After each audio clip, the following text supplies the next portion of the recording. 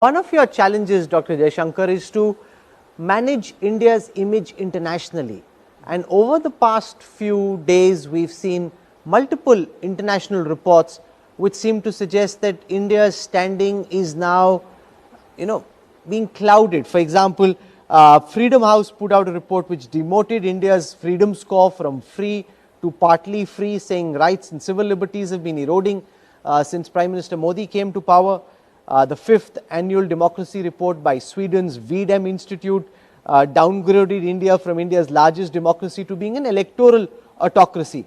How do you see this play itself out in the context of how India is being perceived by the world and these new reports which seem to say that at least these institutions are now taking a negative view of what's happening in our country?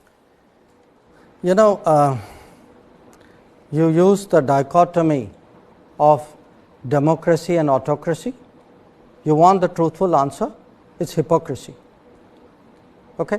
It's hypocrisy because you have a set of self-appointed custodians of the world who find it very difficult to stomach that somebody in India is not looking for their approval, is not willing to play the game they want it to be played.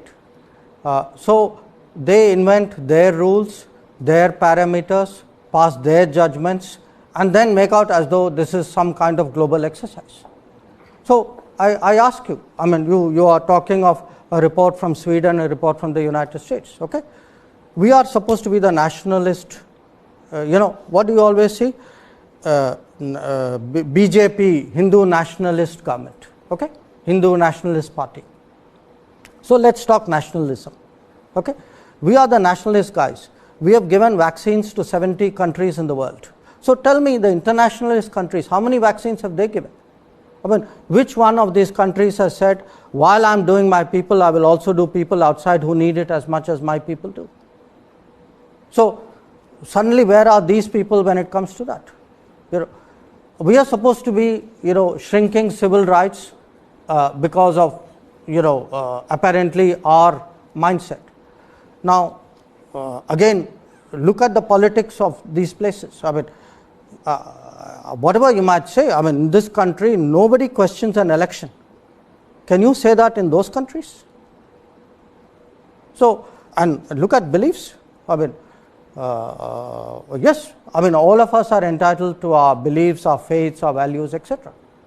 But, I don't put my hand on a religious book when I take my oath of office. Guess which country does? So I think, we need to, enough of those homilies. I'm quite self-assured. I don't need certification from outside. Certainly not from people who clearly have an agenda to drive. So